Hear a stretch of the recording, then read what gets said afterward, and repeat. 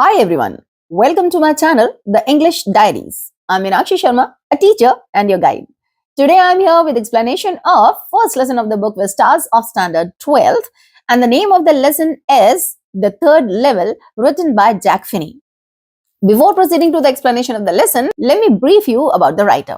Jack Finney, जिनका पूरा नाम था वॉल्टर ब्रैटन जैक फिनी, और जिनका बर्थ हुआ अक्टूबर 2nd 1911 में और डेथ अनफॉर्चुनेटली हुई नवंबर 14th 1995 में।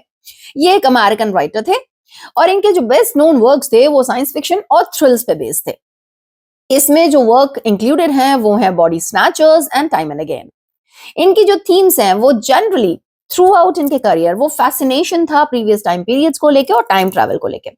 थ्रू आउट हिज करियर इनका जो फैसिनेशन था इनके वर्क्स में वो टाइम ट्रैवल को लेके था, ठीक है, या पास्ट टाइम को लेके था, और कॉमन लोगों का एक्स्ट्रा ऑर्डिनरी सर्कमस्टांसेस के साथ एनकाउंटर ये दिखाते थे अपने वर्क में। इनके बहुत सारे वर्क्स फिल्म्स और टेलीविजन्स में भी अडैप्ट किए गए थे। So without any further ado, let's proceed towards the explanation of the lesson. The presidents of the New York Central and the New York, New Haven and Hartford railroads will swear on a stack of timetables that there are only two, but I say there are three because I have been on the third level of the Grand Central Station. तो यहाँ जो narrator है वो कह रहा है कि New York central, New York, new haven and Hartford railroads, इन सभी जगह के प्रेसिडेंट्स ये स्वेयर कर सकते हैं कि यहाँ सिर्फ दो प्लेटफॉर्म्स हैं। हम इन्हें प्लेटफॉर्म लेके चलते हैं डिफरेंट लेवल्स में। तो ये बोल रहे हैं कि ये जो इनके प्रेसिडेंट हैं ये स्वेयर कर सकते हैं कि सिर्फ दो प्लेटफॉर्म्स हैं, लेकिन मैं कह रहा हूँ कि यहाँ 3 लेवल्स हैं। ठीक है, क्यों? क्योंकि मैं खुद से उस थर्ड लेवल पे गया हूँ।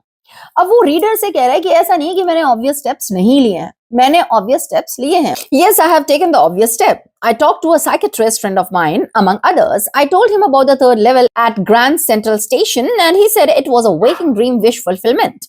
He said I was unhappy, that made my wife kind of mad, but he explained that he meant the modern world is full of insecurity, fear, war, worry, and all rest of it, and that I just want to escape. Well, who doesn't? Everybody I know wants to escape, but they don't wander down into any third level at Grand Central Station. तो अब ये readers से बात कर रहे हैं कि ऐसा नहीं है कि मैंने ऑब्वियस स्टेप नहीं लिए हैं, मैंने ऑब्वियस स्टेप्स लिए हैं। मैं अपने साइकेट्रिस्ट फ्रेंड किसे मिला था? सैम को मिला था, ठीक है, और बाकी बहुत सारे लोगों से बात की थी मैंने। और जब मैंने उन्हें बताया कि third level grand Central station पे है तो उसने कहा कि ये डे ड्रीमिंग है, वेकिंग ड्रीम विश फुलफिलमेंट है, डे ड्रीमिंग है, और ये मैं ऐसा कर रहा हूं इसलिए क्योंकि मैं अनहैप्पी हूं, मैं सैड हूं। और ऐसा सुनते ही ये जो नरेटर हैं चार्ली, इनकी जो वाइफ है वो बहुत ज्यादा परेशान हो जाती है क्योंकि उन्हें ऐसे लगता है कि ये मेरी वजह से अनहैप्पी है। ठीक है, तो वो जो सैम वीनर है, जो साइकियाट्रिस्ट है, वो क्लियर करते हैं कि वो इस वजह से सैड नहीं है, वो इस वजह से सैड है कि ये जो पूरे का पूरा मॉडर्न वर्ल्ड है ये इनसिक्योरिटी, फियर, वॉर, वरी, इन सब चीजों से भरा हुआ है। और बेसिकली ये जो राइटर हैं, ये जो नरेटर हैं, ये यहां से एस्केप चाहते हैं।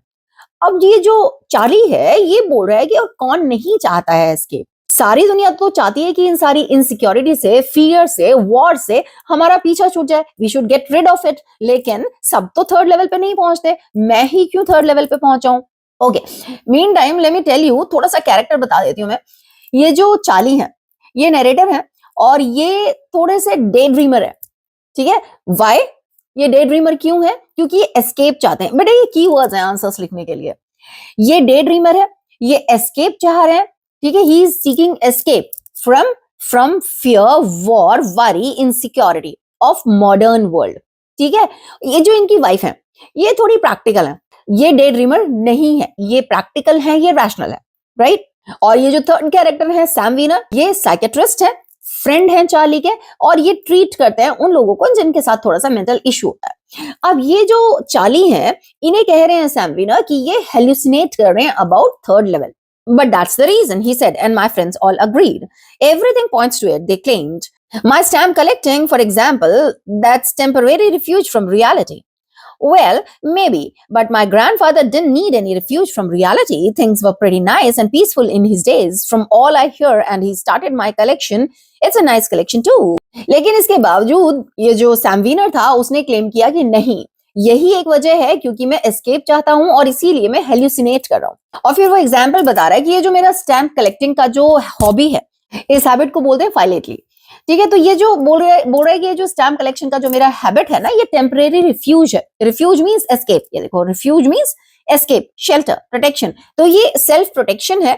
इन सारी ये जो प्रॉब्लम्स है ना, ये जो फियर है, वॉर है, वरी है, इन सब से टेम्परेरी रिफ्यूज है, मैं एस्केप चाहता हूं इन सब चीजों से।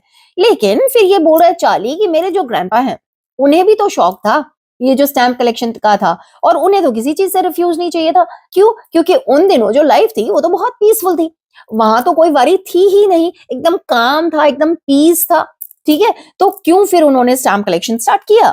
तो वो हर बात के पीछे लॉजिक बता रहा है चार्ली कि क्यों मुझे बोला जा रहा है कि ये जो जैसे मेरा स्टैम्प कलेक्टिंग का जो हॉबी है वो भी टेम्परेरी रिफ्यूज है, जबकि मेरे ग्रैंडपा का भी था और उन्हें कोई रिफ्यूज नहीं चाहिए था, right? It's a nice collection too. Blocks of 4 of practically every US issue, first day covers and so on. President Roosevelt collected stamps too, you know. अब वो बोल रहा है कि ये जो मेरे ग्रैंडपा का जो कलेक्शन था ना, स्टैम्प कलेक्शन, बहुत अच्छा कलेक्शन था और उसमें कुछ फर्स्ट डे कवर्स भी थे। और ये जो प्रेसिडेंट रूजवेल्ट हुआ करते थे उन्हें भी स्टैम्प कलेक्शन का शौक था। तो वो ये कहना चाह रहा है, वो ये प्रूव कर रहा है कि जो लोग रिफ्यूज नहीं चाहते हैं, जो उस टाइम में था जब पीस था, तो तब तो वो रिफ्यूज नहीं चाहते होंगे, फिर तब क्यों उन लोगों का सेम हॉबी था जो मेरा अभी इस टाइम में है। Anyway, here's what happened at Grand Central. One night last summer, I worked late at the office. I was in a hurry to get uptown to my apartment, so I decided to take the subway from Grand Central because it's faster than the bus. Uptown means moving towards the upper part of the town. अभी तक तो Charlie clarification दे रहा है कि मैंने literally third level देखा है और ऐसा नहीं है कि मैं किसी तरीके का एस्केप चाह रहा हूँ। अब वो बता रहा है रीडर्स को कि बेसिकली हुआ क्या था ग्रैंड सेंट्रल में। तो एक रात क्या हुआ कि वो थोड़ा जल्दी में था। To get uptown means moving towards the upper part of a town, तो वो upper part of a town जाने की जल्दी में था अपने अपार्टमेंट में। तो इसने क्या डिसाइड किया कि ये सबवे से जाएगा ग्रैंड सेंट्रल से, क्योंकि बस से ज्यादा जल्दी पहुंच जाएगा ये अगर सबवे के थ्रू जाता है। सबवे है क्या बेटा? वो पेडेस्ट्रियंस के लिए एक टनल होती है रोड के नीचे। ठीक है, तो इसने सोचा कि मैं सबवे से जाऊंगा। Now I don't know why this should have happened to me. I'm just an ordinary guy named Charlie, 31 years old, and I was wearing a tan gabardine suit and a straw hat with a fancy band. I passed a dozen men who looked just like me, and I wasn't trying to escape from anything. I just wanted to get home to Louisa, my wife. So now, ये क्या बोल रहा है कि मुझे नहीं पता कि मेरे साथ ही क्यों होता है ये सब। मैं बहुत ही ऑर्डिनरी सा बंदा हूं जिसका नाम क्या है? चार्ली। यहाँ स्पेलिंग देख लो चार्ली की, CHARLEY। ठीक है, सो इसका ये जो नरेटर है हमारा, ये जो प्रोटैगनिस्ट है इस लेसन का, इसका नाम यहाँ पहली बार आया है। क्या नाम है? चार्ली। 31 इयर्स ओल्ड है ये। और क्या पहने हुए? ये टैन कलर का गैबार्डाइन सूट। ये देखो यहाँ फिगर में तुम्हें नजर आ रहा होगा, ये गैबार्डाइन सूट पहने हुए, टैन कलर का सूट पहने हुए, स्ट्रॉ हैट इसे कहते हैं, स्ट्रॉ हैट। ठीक है, और इसके ऊपर ये फैंसी सा बैंड लगा हुआ है। तो इस तरीके से ये ड्रेस्ड अप था उस दिन। ठीक है, और कह रहे हैं कि बहुत सारे दर्जनों लोग इसे मिले जो एग्जैक्टली इसी की तरह दिख रहे थे। और अब वो रीडर्स को बोल रहा है मुझे इस वक्त बिल्कुल किसी भी तरीके का एस्केप नहीं चाहिए था। मैं तो बस इतना चाह रहा था कि मैं जल्दी से जल्दी अपनी वाइफ लुइसा के पास अपने घर पहुंच जाऊं। तो यहाँ तुम्हें पता चला कि उसकी वाइफ का नाम है लुइसा और इसका अपना नाम है चार्ली। ये जो चार्ली है ये 31 ईयर ओल्ड पर्सन है। अभी आप लोगों को क्या करना है कि कमेंट में जाके चार्ली की पर्सनालिटी के बारे में लिखना है। ठीक है, कैसा था इसका कैरेक्टर? ये डे ड्रीमर था। ठीक है, ये एस्केप चाह रहा था, रियलिटी से एस्केप चाह रहा था। कौन सी रियलिटी थी? ये जो मॉडर्न वर्ल्ड की फियर, वॉर, वरी, इनसिक्योरिटीज, ये सारी जो रियलिटीज थी इनसे एस्केप चाह रहा था, इसलिए ये डे ड्रीमिंग करता था। किस चीज का डे ड्रीमिंग करता था? ये थर्ड लेवल का डे ड्रीमिंग करता था। इसकी एज क्या थी? 31 ईयर ओल्ड था ये। ठीक है, और इसकी वाइफ का नाम क्या था? Luisa. So if you have got it, write it down in the comment box. And okay, we are proceeding further. अभी आगे बता रहा है, I turned into Grand Central from Vanderbilt Avenue and went down the steps to the first level, where you take trains like the 20th century. Then I walked down another flight to the second level, where the suburban trains leave from, ducked into an arched doorway heading for the subway, and got lost. तो ये बता रहा है कि Vanderbilt Avenue से ये grand central की तरफ गया, जहां से ये नीचे की तरफ सीढ़ियों से गया और फर्स्ट लेवल पे पहुंच गया। ठीक है, ये जो फर्स्ट लेवल है यहाँ जनरली जैसे 20th सेंचुरी में ट्रेन बोर्ड की जाती थी, वहां से ऐसे ही ट्रेन बोर्ड की जाती है। उसके बाद इसने दूसरे फ्लाइट क्या है? कलेक्टिव नाउन है स्टेप्स के लिए। ठीक है, बहुत सारी सीढ़ियों के लिए बोलते हैं फ्लाइट। तो इसने फिर दूसरा फ्लाइट लिया, सेकेंड लेवल पे पहुंचा, जहां से सब अर्बन ट्रेन जाती हैं। ठीक है। और इसके बाद डग्ड क्या होता है बेटा? डग्ड मींस ऐसे जो गर्दन करके जाते हैं, ठीक है, जो सिर ऐसे झुका के जाते हैं, बॉडी को झुका के जाते हैं, लोअर द हेड और the body quickly to avoid a blow, तो वो टक्कर ना लग जाए आर्च से, तो जैसे झुक के जाते हैं। तो वो बोल रहे हैं कि मैं डग्ड किया आर्च डोरवे से, जिसका रास्ता सबवे की तरफ जा रहा था, और वहां जाके लॉस्ट हो गया, रास्ता भूल गया, ठीक है। That's easy to do. I have been in and out of Grand Central hundreds of times, but I'm always bumping into new doorways and stairs and corridors. Once I got into a tunnel about a mile long and came in the lobby of the Roosevelt Hotel. Another time, I came up in an office building on 46th Street, 3 blocks away. ये कह रहा है कि general सी बात है मेरे लिए। कई बार मैं गया हूं ग्रैंड सेंट्रल में इन एंड आउट, और हमेशा मेरे साथ क्या होता है कि बम्पिंग मींस नॉक और रन इनटू समवन और समथिंग विद अ जोल्ट, ठीक है। तो वो कह रहे हैं कि मैं अक्सर ऐसा होता है कि नए डोरवेज में झटके से पहुंच जाता हूं, या न्यू स्टेयर्स मिल जाते हैं, या न्यू कॉरिडोर्स मिल जाते हैं, जो मींस पिछली बार नहीं मिले थे, बट इस बार गया तो नए नए सब कुछ मिल जाते हैं मुझे। और बोल रहे हैं कि एक बार क्या हुआ कि मैं एक टनल में गया जो 1 माइल लॉन्ग था, और उसके बाद जब मैं बाहर आया तो रूजवेल्ट होटल की लॉबी में आया, ठीक है। तो ये फर्स्ट प्लेस था जहां वो पहुंचा। कहां पहुंचा? रूजवेल्ट होटल की लॉबी में पहुंच गया वो, एक बार जब वो ग्रैंड सेंट्रल में गया था। और नेक्स्ट टाइम वो बोल रहा है कि एक ऑफिस बिल्डिंग था 46 स्ट्रीट पे 3 ब्लॉक्स अवे, वो वहां जाके रुका। तो इसके साथ कुछ अजीब सा होता था, ठीक है। ये याद रखना, पहली बार कहां गया वो? लॉबी ऑफ रूजवेल्ट होटल, और दूसरी बार कहां पहुंचा? ऑफिस बिल्डिंग 46 स्ट्रीट के जो 3 ब्लॉक्स दूर थी, ठीक है। तो इस तरीके से ये जब जाता था ना, तो इसे नए नए स्टेयर्स मिल जाते थे, न्यू कॉरिडोर्स मिल जाते थे, और नई नई जगह वो उन जगह से पहुंच जाता था। इसे खुद भी पता नहीं चलता था कि कैसे। Sometimes I think Grand Central is growing like a tree, pushing out new corridors and staircases like roots. There's probably a long tunnel that nobody knows about, feeling its way under the city right now, on its way to Times Square and maybe another to Central Park. तो Charlie बोल रहा है कि कभी कभी तो मुझे ये लगता था कि ये जो ग्रैंड सेंट्रल है ये एक ट्री की तरह ग्रो हो रहा है। न्यू कॉरिडोर्स बन जाते थे, स्टेयरकेसेस जैसे रूट्स बढ़ते चले जाते हैं ना ट्रीज के, लाइकवाइज ये जो ग्रैंड सेंट्रल में कभी न्यू कॉरिडोर्स बन जाते थे, कभी स्टेयरकेसेस बन जाते थे। तो ये यहाँ कंपेयर कर रहा है, सिमिली यूज किया है इसने। क्या सिमिली यूज किया है? ट्री से कंपेयर किया है ग्रैंड सेंट्रल को। और वो बोल रहा है कि शायद यहाँ ना एक लंबी सी टनल है जिसके बारे में किसी को नहीं पता है कि वो ना सिटी राइट के नीचे है, और उसका जो रास्ता है वो टाइम्स स्क्वायर की तरफ जाता है, और कभी कभी शायद सेंट्रल पार्क की तरफ भी जाता है। And may be because for so many people through the years, Grand Central has been an exit, a way of escape. Maybe that's how the tunnel I got into, but I never told my psychiatrist friend about that. वो बोल रहा है कि शायद ऐसा भी है कि ये जो ग्रैंड सेंट्रल है वो सालों से बहुत सारे लोगों के लिए एक वे ऑफ एस्केप है, लेकिन ये बात मैंने कभी अपने फ्रेंड साइकेट्रिस्ट को नहीं बताई थी। क्या नाम था इसके साइकेट्रिस्ट फ्रेंड का? कमेंट में लिख के बताओ जरा। Sam winner? हाँ, तो लिखो इसे, Sam winner was his psychiatrist friend. तो वो बोल रहे हैं कि शायद सालों से जो ग्रैंड सेंट्रल था ये बहुत सारे लोगों के लिए एक एग्जिट था, वहां से ही लोग बाहर निकलते थे, और वो बोल रहे इसे एक वे ऑफ एस्केप भी कहा जा सकता है, और शायद इसीलिए मैं उस टनल में पहुंच गया हूंगा, लेकिन ये बात मैंने अपने साइकेट्रिस्ट फ्रेंड को नहीं बताई थी। The corridor I was in began angling left and slanting downward and I thought that was wrong but I kept on walking.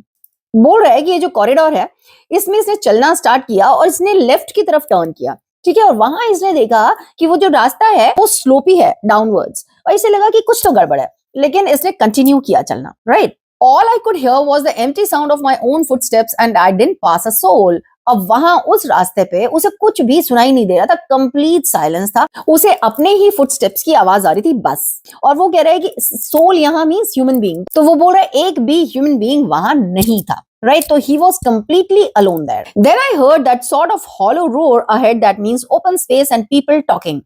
अब इसे थोड़ी दूर ऐसा महसूस हुआ कि एक ओपन सा स्पेस है और वहां बहुत सारे लोग बोल रहे हैं, क्योंकि वहां से आवाज इसे सुनाई देने लगी। The tunnel turned sharp left. I went down a short flight of stairs and came out on the 3rd level at Grand Central Station. अब ये जो टनल थी ये शार्प लेफ्ट की तरफ टर्न हुई, इसने फिर से कुछ फ्लाइट ऑफ स्टेयर्स लिए, मींस कुछ स्टेयर्स लिए, और वो डाउनवर्ड्स नीचे गया और फाइनली कहां निकला? 3rd लेवल पे। For just a moment, I thought I was back on the 2nd level, but I saw the room was smaller. There were fewer ticket windows and train gates, and the information booth in the center was wood and old looking. And the man in the booth wore a green eye shade, and long black sleeve protectors. The lights were dim and sort of flickering. Then I saw why they were open flame gas lights. इसे एक moment को लगा कि ये second level ही है, लेकिन वहां कुछ डिफरेंट था जिससे इसने रियलाइज किया कि ये सेकंड लेवल नहीं है। ठीक है, और क्या रियलाइज किया, क्या क्या था वहां चेंज? देखो, रूम जो थे वो स्मॉल थे, टिकट विंडोज कम थी और ट्रेन गेट्स भी कम थे। इसके बाद जो इंफॉर्मेशन बूथ सेंटर में था वो वुड का बना हुआ था और ओल्ड लुकिंग था। और ये जो मैन था बूथ में, उसने ग्रीन आई शेड पहने हुए थे और लॉन्ग ब्लैक स्लीव प्रोटेक्टर्स पहने हुए थे। फिर इसने नोटिस किया कि लाइट्स जो थी वो डिम थी और फ्लिकर कर रही थी। बाद में इसने देखा कि वो फ्लिकर क्यों कर रही थी, क्योंकि वो ओपन फ्लेम गैस लाइट्स थी। ठीक है, तो ये फिर से इंपॉर्टेंट क्वेश्चन है कि इसने कैसे रियलाइज किया कि ये थर्ड लेवल पे है। वहां क्या था? Room smaller, ticket windows fewer, and train gates were also fewer. Information booth was made of wood and it was old looking. इसके बाद the person who was sitting there wore green eye shade. He was wearing sleeve protectors. Lights were dim. They were flickering. Why? Because they were open gas lights. तो इतना सारा ये सारी चीजें देख के इसे ये रियलाइज हो गया था कि ये सेकंड लेवल पे नहीं है, ये थर्ड लेवल पे।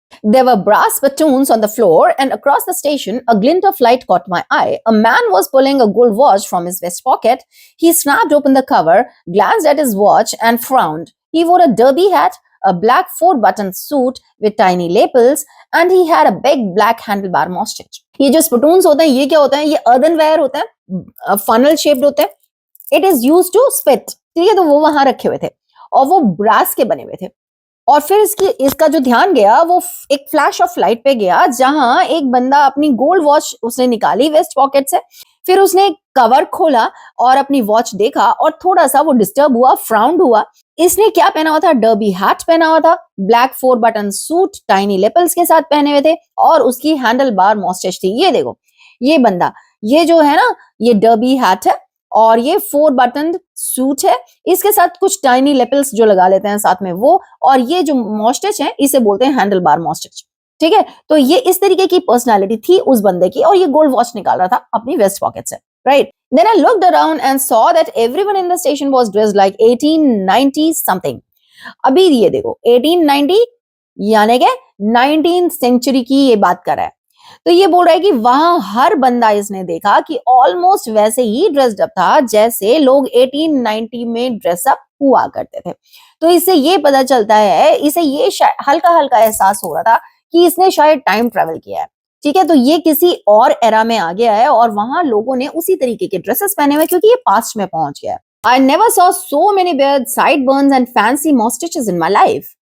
अब वो कह रहा है कि मैंने इतने जो साइड बर्न्स और फैंसी मॉस्टेचेस थी अपनी लाइफ में नहीं देखी थी। ये देखो, साइड बर्न्स ही होते बेटा, ये देखो कान के साइड में नजर आ रहा है तुम्हें, है ना, यही होते हैं side Burns. A woman walked in through the train gate. She wore a dress with leg of mutton sleeves and skirts to the top of her high button shoes.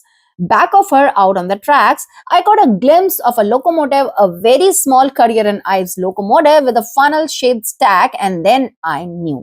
अब इसने देखा कि एक लेडी आई ट्रेन गेट से, उसने जो dress पहना हुआ था वो पहना हुआ था मटन स्लीव्स का। देख रहे हो किस तरीके का ये जो स्लीव्स हैं इसकी, और स्कर्ट पहना हुआ था, हाई बटन शूज थे, उसके ऊपर उसने स्कर्ट पहना हुआ था। और उसके पीछे इसने देखा कि एक लोकोमोटिव था। ये देखो, ये लोकोमोटिव है, small career and eyes locomotive था वो, ऑलमोस्ट ऐसा ही, और ये फनल शेप्ड स्टैक था उसके ऊपर। अब इसे पता चल गया था कि ये कहाँ है। समझ में आ रहा है कि क्योंकि ये जो तरीके हैं, इस तरीके की जो ट्रेन्स थी या ये जो लोकोमोटिव्स पे फनल शेप्ड स्टैक हुआ करता था वो 1890s के दौरान ही हुआ करता था। ठीक है, यानी 19th सेंचुरी में ही हुआ करता था। To make sure, I walked over to a newsboy and glanced at the stack of paper at his feet. It was The World. The World hasn't been published for years. The lead story said something about President Cleveland. I have found that front page since in the public library files it was printed June 11, 1894. अब इसे ये एहसास तो हो गया था कि इसने टाइम ट्रेवल किया है, राइट? तो ये कंफर्म करना चाह रहा था कि क्या इसने टाइम ट्रेवल किया है। तो वहां इसने एक न्यूज बॉय को देखा और इसने कोशिश की ये देखने की कि जो उसके पास जो उसके पैरों पे स्टैक ऑफ पेपर्स पड़े थे वो क्या थे। तो उसका नाम था, उस न्यूज़पेपर का नाम था द वर्ल्ड। ठीक है, और द वर्ल्ड पब्लिश हुए कई साल हो चुके थे। अब इसने देखा कि उस पे जो लीड स्टोरी थी, जो कवर स्टोरी थी, वो प्रेसिडेंट क्लेवलैंड की थी और उस पे जो डेट लिखी हुई थी वो लिखी हुई थी जून 11 1894। तो अब तो श्योर हो गया था क्योंकि उस दिन के न्यूज़पेपर पे डेट लिखा हुआ था जून 11 1894। अब क्वेश्चन है कि उस न्यूज़पेपर का नाम क्या था जो इसने वहां देखा। Right it down in the comment box. क्या नाम था? The world. और उस पे डेट क्या लिखी हुई थी? डेट लिखी हुई थी जून 11 1894। राइट, यहां से इसे कंफर्म हुआ था। So write it down in the comment box, right? You will learn by that. I turned toward the ticket windows knowing that here on the third level at Grand Central, I could buy tickets that would take Louisa and me anywhere in the United States we wanted to go. In the year 1894, I wanted 2 tickets to Galesburg, Illinois. अब ये ticket Windows की तरफ गया और इसे पता था कि थर्ड लेवल ग्रैंड सेंट्रल से अगर ये 2 टिकट लेता है तो ये अपनी वाइफ लुइसा के साथ यूनाइटेड स्टेट्स में जहां जाना चाहता है जा सकता है। कौन से ईयर में? 1894 में। ठीक है, यानी कि जहां ये टाइम ट्रेवल कर चुका है उन दिनों में 1894 में ये अपनी वाइफ लुइसा के साथ कहीं भी जा सकता है। और कहां के लिए इसे टिकट्स चाहिए थे? ये बहुत इंपॉर्टेंट प्लेस है, गेल्सबर्ग इलिनॉइस। कहां जाना चाहता था? गेल्सबर्ग इलिनॉइस में जाना चाहता था। इस पैरा से तुम लोगों को पता चलेगा कि ये बंदा चाहे कितना ही ये टाइम ट्रैवल के बारे में सोच रहा है या अगर कहें कि तो हेल्यूसिनेट कर रहा है, फिर भी इसे इतना होश है कि अपनी वाइफ के बारे में सोचना नहीं छोड़ रहा है। इसे जाना है गेल्सबर्ग इलिनॉइस, लेकिन अपनी वाइफ लुइसा के साथ जाना है। ठीक है, तो एक तरफ तो ये डे ड्रीमिंग कर रहा है और अगर हम कहें कि ये टाइम ट्रैवल कर रहा है तो कहां से इसे अपनी वाइफ के बारे में ध्यान आ रहा है। Once again one more question, to which place he wanted to go? Galesburg, Illinois. Once again, write it down in the comment box below.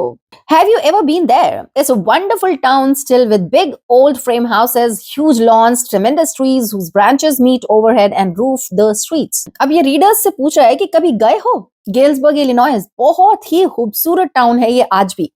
बड़े बड़े ओल्ड फ्रेम हाउसेज हैं, बड़े बड़े लॉन्स हैं, इतने सारे इतने बड़े ट्रीज हैं, ठीक है, जिनके ब्रांचेस जो हैं वो ओवरहेड, वो रूफ करते हैं, कवर करते हैं स्ट्रीट्स को। तो ये नेचर के नजदीक जाना चाहता है। वो बता रहा है कि नेचुरली ये जो प्लेस है गेल्सबर्ग, ये कितनी खूबसूरत है आज भी। और आगे वो बता रहा है, and in 1894 summer evenings were twice as long and people sat out on their lawns, the men smoking cigars and talking quietly, the women waving palm leaf fans with the fireflies all around in a peaceful world. और अभी भी वो क्या बता रहा है, और 1894 में समर इवनिंग्स आज की इवनिंग से दुगनी लंबी हुआ करती थी। लॉन्स में लोग बैठा करते थे, वहां बहुत सारे मेन बैठ के सिगार पिया करते थे, ठीक है, स्मोक किया करते थे और बातचीत करते थे, विस्परिंग, हल्के हल्के बातचीत करते थे। जो लेडीज थी, जो विमेन थी, वो पाम लीफ फैंस बुना करती थी, आसपास फायरफ्लाइज उड़ा करते थे। तो वो नेचर और किस तरीके से लोग एक दूसरे से इतना स्ट्रॉन्ग बॉन्ड था, कन्वर्सेशन होता था, कम्युनिकेशन होता था, ठीक है। तो अपने आप ही लाइफ बहुत ज्यादा सेरीन थी, पीसफुल थी, काम थी, ठीक है। तो ये उसके बारे में हेल्यूसिनेट कर रहा है और बोल रहा है कि गेल्सबर्ग 1894 में ऐसा हुआ करता था। यही तो वो चाह रहा है, ऐसी सी ही लाइफ चाह रहा है। हम सब लोग वैसी ही लाइफ चाहते हैं। To be back there with the first world war still 20 years off and the world war second over 40 years in the future, I wanted 2 tickets for that. तो वो ऐसी ही पीसफुल जगह जाना चाहता था। ऑब्वियसली वहां पीस होगा क्योंकि अभी वर्ल्ड वॉर फर्स्ट होने में 20 साल बाकी थे और वर्ल्ड वॉर सेकंड होने में 40 साल बाकी थे। तो वो उसके पहले की बात कर रहा है। तो ऑब्वियसली ये जो दुनिया थी, ये जो वर्ल्ड था, ये बहुत पीसफुल वर्ल्ड था। तो वो वहां की तारीफें कर रहा है। The clerk figured the fare, he glanced at fancy hatband, but he figured the fare and I had enough for 2 coach tickets one way. But when I counted out the money and looked up, the clerk was staring at me. He nodded at the bills. That ain't money, mister. He said, if you are trying to skin me, you won't get very far. And he glanced at the cash drawer beside him. अभी clerk ने calculate किया fair और उसने उसके fancy हैडबैंड को देखा क्योंकि उसे अजीब सा ड्रेस लग रहा था। ऑब्वियसली लगता, क्योंकि वो तो आजकल करंट जनरेशन जो चल रहा था, जो करंट टाइम चल रहा था, उसके बेसिस पे ड्रेस्ड अप था ना, तो वो उस वाले ड्रेस से मैच नहीं कर रहा था। तो इसलिए वो थोड़ा सा अजीब सा देखता है उसकी तरफ कि कुछ स्ट्रेंज है। स्टिल वो जो फेयर है वो कैलकुलेट करता है। तो अब इसने देखा कि वो 2 कोच टिकट्स के लिए, वन वे के लिए इसके पास इनफ पैसा था। लेकिन जब इसने अपने मनी निकाला, ठीक है, और काउंट किया, तो इसने नोटिस किया कि वो जो बंदा बैठा हुआ है ना, वो इसकी तरफ ग्लेयर कर रहा है, वो इसे घूर रहा है। और उसने बिल्स की तरफ देख के कहा कि इसे पैसा नहीं कहते हैं। दैट इजंट मनी मिस्टर, और वो बोल रहा है कि अगर तुम मुझे धोखा देने के मूड में हो तो बहुत दूर नहीं जा पाओगे, बच नहीं पाओगे। अब उसने ऐसा क्यों कहा था? क्योंकि ये तो प्रेजेंट टाइम का करेंसी था ना इसके पास, और वहां जो करेंसी था वो डिफरेंट था इस टाइम से, क्योंकि वो तो 19th सेंचुरी का करेंसी होगा, इसलिए उसने कहा कि इसे तो पैसा नहीं बोलते हैं, ठीक है। और उसे लगा कि ये धोखा देने वाला है। दैट्स व्हाई उसने कहा कि अगर तुम you are trying to skin me, you won't get very far, तुम बच नहीं पाओगे।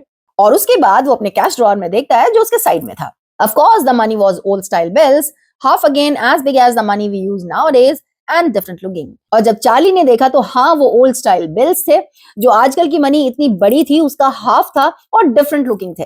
तो उसे पता चल गया कि उस टाइम की करेंसी सच में डिफरेंट थी, तो ऑब्वियसली वो सस्पेक्ट करेगा ना। I turned away and got out fast. There's nothing nice about jail even in 1894. और वो वहां से भागा बहुत तेजी से और कह रहा है कि 1894 में भी जेल में जाना कोई बहुत अच्छी बात नहीं थी। And that was that. I left the same way I came, I suppose. Next day during lunch hour, I drew $300 out of the bank, nearly all we had, and bought old style currency that really worried my psychiatrist friend. You can buy old money at almost any coin dealers, but you have to pay a premium. My $300 bought less than 200 in old style bills, but I didn't care. Eggs were 13 cents a dozen in 1894. और कह रहा है बस वो बात वहीं खत्म हुई, और एग्जैक्टली जैसे मैं गया था शायद उसी तरीके से मैं बाहर भी आ गया। नेक्स्ट डे जो लंच आवर का टाइम था, तब इसने $300 बैंक से निकाले, इतना ही था इसके पास $300, और उसने एक्सचेंज किए वो ओल्ड स्टाइल करेंसी से, ठीक है। और यहाँ ये जो ओल्ड स्टाइल करेंसी था, चार्ली बोल रहा है कि उन दिनों ये जो ओल्ड मनी है किसी भी डीलर से, कॉइन डीलर से खरीदी जा सकती थी, बट थोड़ा सा प्रीमियम पे करना पड़ता था।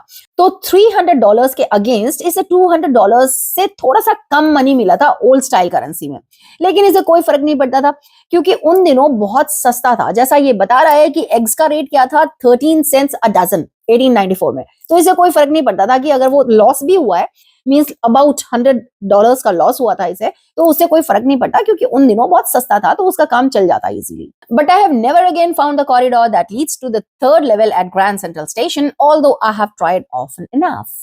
तो वो कह रहा है कि इसके बाद मैंने बहुत कोशिश की कि वो जो थर्ड लेवल में जहां पहुंचा था मैं वहां पहुंच जाऊं दोबारा, काफी कोशिश की, लेकिन ऐसे उसके बाद वो थर्ड लेवल कभी नहीं मिला। Louisa was pretty worried when I told her all this and didn't want me to look for the third level anymore, and after a while I stopped. I went back to my stamps. अब वो कह रहा है Luisa, जैसा मैंने कहा, वो rational थी, वो प्रैक्टिकल थी, उसके जो थॉट्स थे वो लॉजिकल थे। तो ये थोड़ा सा डर जाती है जब इसने सारी बातें बताई ना कि मैं थर्ड लेवल पे गया था और मेरे साथ ये सब हुआ था। तो उसने कहा कि ठीक है ना, अब छोड़ दो, अब तुम्हें क्योंकि नहीं मिल रहा है तो अब छोड़ दो।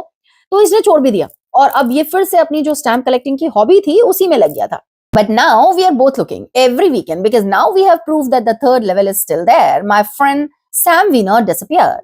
Nobody knew where, but I sort of suspected because Sam's a city boy and I used to tell him about Galesburg. I went to school there and he always said he liked the sound of the place. And that's where he is, all right, in 1894. लेकिन अब वो बोल रहा है कि अब हम दोनों के दोनों थर्ड लेवल को ढूंढ रहे हैं। कौन? उसकी वाइफ लुइसा और ये खुद।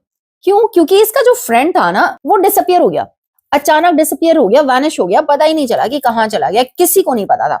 और ये कह रहा है कि मैं सस्पेक्ट करता हूं, मुझे शक है कि ये जो सैम था ना वो सिटी बॉय था और इसने जब भी उसे गेल्सबर्ग के बारे में बताया था और इसने बताया कि मैं वहां स्कूल जाया करता था, तो वो हमेशा बताता था कि जो भी तुम बताते हो ना मुझे बहुत अच्छा लगता है सुन के गेल्सबर्ग के बारे में।